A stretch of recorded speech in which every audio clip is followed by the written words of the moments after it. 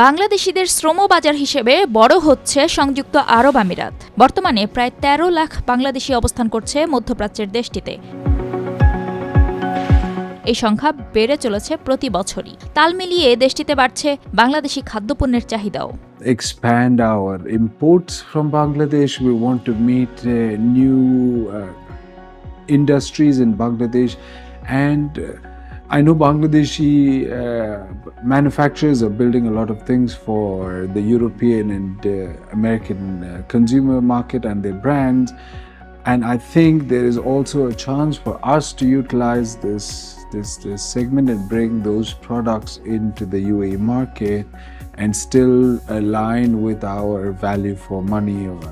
Definitely for our consumers, we have a very large Bangladeshi ethnic group.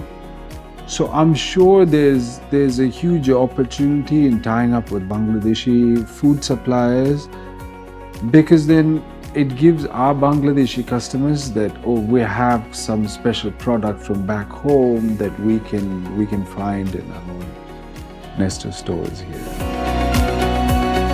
প্রবাসীদের মতে বাংলাদেশি পণ্যের গুণগত মান নিশ্চিত করতে পারলে তৈরি পোশাকের মতো খাদ্যপণ্যও হতে পারে বৈদেশিক আয়ের অন্যতম উৎস। আমাদের এটা একটা বড় বেস আছে, কাস্টমার বেস আছে অলরেডি বাংলাদেশি, যেটা আমাদের সৌদি আরবিয়াতে আছে, ইউএইতে আছে, কুয়েটে আছে, ওমানে আছে। আমরা দেখছি প্রচুর বাঙালি আছে, তারা আসে আমাদের কাছে, এবং তারা যখন এখান থেকে ফিরে যায় তারা আমাদের স্টোরে অ্যাকচুয়ালি ব্যাক টু হোম বলে, আমরা ব্যাক টু স্কুল যেমন করি, আমরা ওটাকে নিজেরা বলি ব্যাক টু হোম। তারা এখান থেকে প্রচুর জিনিস কিনে নিয়ে গিয়ে ফেরত যায়।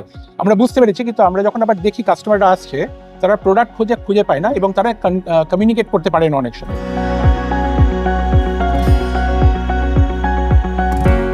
বাংলাদেশি খাদ্যপণ্যের ব্র্যান্ডিংয়ে মনোযোগ দিলে আন্তর্জাতিক বাজারে অংশীদারিত্ব বাড়তে পারে বলে মনে করেন সংশ্লিষ্ট ব্যবসায়ী ও বিশ্লেষকরা। যে কোনো দেশের মানুষ বাংলাদেশের পণ্যের প্রতি তাদের আলাদা রকম একটা চাহিদার জায়গা রয়েছে।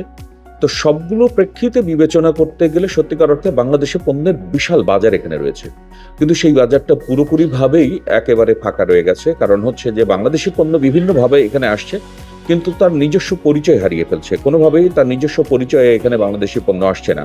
এক ধরনের ম্যাসিভ পাবলিক রিলেশন ক্যাম্পেইনে আসা উচিত, ব্র্যান্ডিং করা উচিত। বাংলাদেশ ব্র্যান্ডটা যত উপরে যাবে তত বেশি বাংলাদেশের প্রোডাক্টের কাটতি বাড়বে, কারণ মানুষ কনজিউমারের মাথায় ওই ব্র্যান্ডটা কাজ করে, যেটা Bangladeshi product it must be substandard, তারা এইভাবে চিন্তা করে। কিন্তু আমাদের দেশে যে ভালো ভালো কোয়ালিটি প্রোডাক্ট আসছে সেইটা আমাদেরই পাবলিসিটি করতে হবে। আমাদের কিছু প্রমোশনাল ক্যাম্পেইন বা একটা অ্যাডভার্টাইজমেন্ট দরকার ইন ডিজিটাল ফর্ম, এবং প্লাস আরও আমরা হয়তো সামনে সিঙ্গেল কান্ট্রি ফেয়ারের ব্যাপার চিন্তা ভাবনা করছি।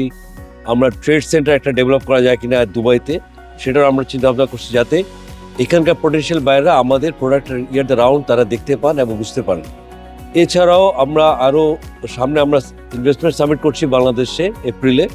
আমরা তখন দুবাইয়ের অনেক potential investor as well as some trader বা বিজনেস কমিউনিটিকে আমরা ইনভাইট করবো। আশা করি তখন একটা বড় সম্মেলন, একটা সংযোগ আমাদের মধ্যে তৈরি হবে। আন্তর্জাতিক বাজারে বাংলাদেশি পণ্যের প্রসারের মাধ্যমে অভ্যন্তরীণ অর্থনীতিও সমৃদ্ধ হবে।